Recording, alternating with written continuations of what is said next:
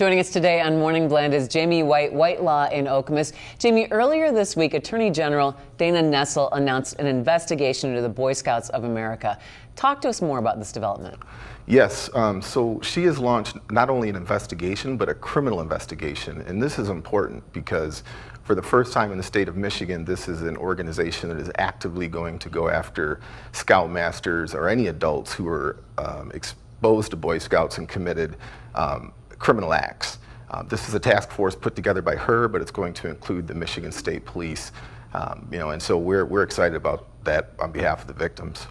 Well, your firm currently represents more than 200 Boy Scouts who were victims in a civil case. How is the Attorney General's case going to be different from the cases that you're involved with?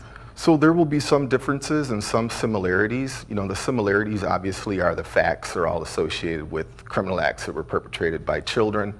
And the differences are, in our case, we're only able to go after money damages, monetary damages, where the Attorney General will have subpoena power, and if convicted, any individuals who are found culpable will have to go to jail and or prison.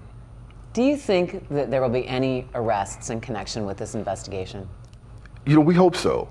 This is the third time that the Attorney General has engaged in this sort of thing, and in the other two, one being the clergy and the other being John Geddert from Twistars, she was able to get convictions in both, or at least an arrest in Mr. Geddert's case and convictions in the other. So we're hopeful. There are challenges.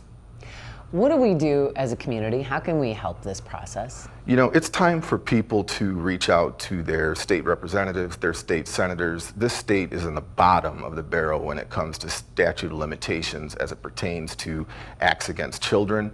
That has to change. We cannot set the standard at the bottom. It's time for a change in the law.